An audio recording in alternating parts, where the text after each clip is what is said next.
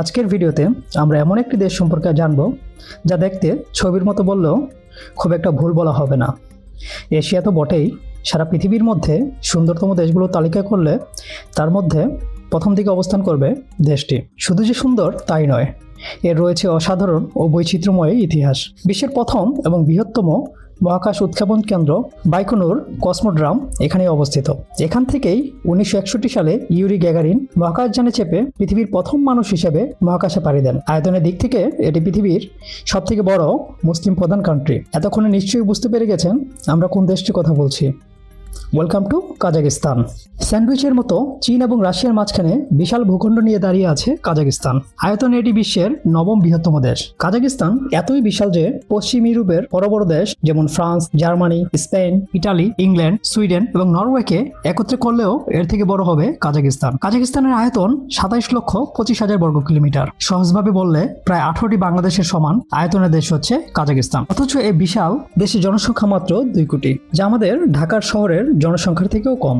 এখানে 70% মানুষ মুসলিম। এছাড়াও এখানে খ্রিস্টান ও অন্যান্য ধর্মাবলম্বী লোক বাস করে। 130টির বেশি সংস্কৃতির মানুষ এখানে শান্তিপূর্ণভাবে বসবাস করছে।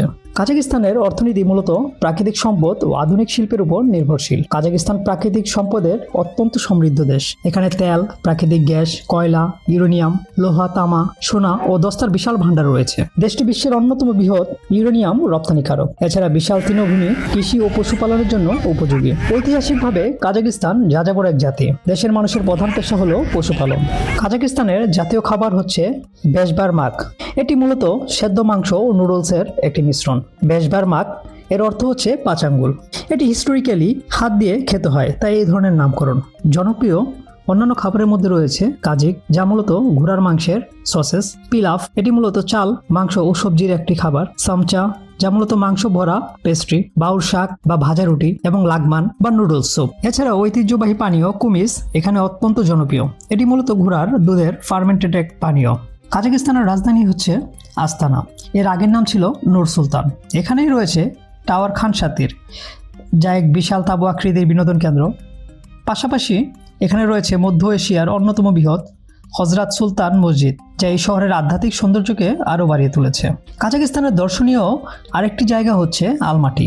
এটি দেশের সাংস্কৃতিক ও আর্থিক কেন্দ্র।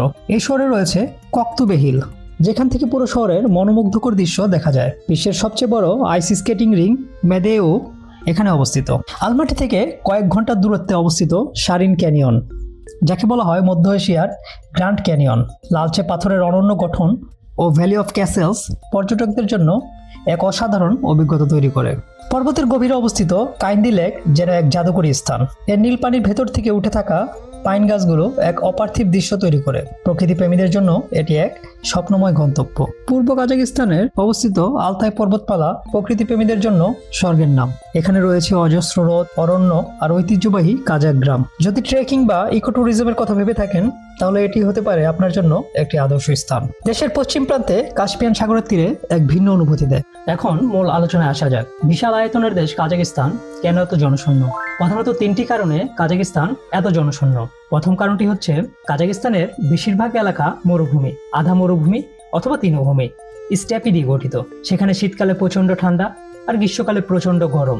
এমন পরিবেশে বসবাস, কৃষি বা শিল্প গড়ে তোলা সত্যিই কঠিন, তাই জনবসতি তেমন ঘন হয়নি। দ্বিতীয় কারণটি হচ্ছে কাজাকিস্তান আগে ছিল যাযাবর জাতির দেশ। কাজাক জনগোষ্ঠী শতাব্দীর পর শতাব্দী ধরে পশুপালন নির্ভর জীবনযাপন করত, ফলে তারা স্থায়ী শহর বা ঘনবসতি তৈরি করেনি। সোভিয়েত যুগে বহু কাজাক মানুষ যুদ্ধ, দুর্ভিক্ষ ও জোরপূর্বক স্থানান্তরের কারণে প্রাণ হারায় এবং অন্যত্র চলে যায়। আর তৃতীয় কারণটি হচ্ছে তুলা চাষের জন্য আরব সাগরের গতিপথ পরিবর্তন করা হয়, যার ফলশ্রুতিতে একটা সময় আরব সাগর শুকিয়ে যায় এবং কৃষিকাজ মারাত্মকভাবে ব্যাহত হয়। এর ফলস্বরূপ স্বাধীনতার পর 1991 সালের পর অনেক রুশ, ইউক্রেনীয় ও জার্মান অভিবাসী কাজাকিস্তান থেকে নিজ নিজ দেশে ফিরে গেছেন, ফলে জনসংখ্যা আরও কমে গেছে। সংক্ষেপে বলতে গেলে ইতিহাস, প্রকৃতি ও অভিবাসন, এই 3টি কারণেই কাজাকিস্তানের জনসংখ্যা মূলত এত কম। আজকের ভিডিওটি ভালো লেগে থাকলে আমাদের চ্যানেলটি সাবস্ক্রাইব করার অনুরোধ রইল। Thanks for watching.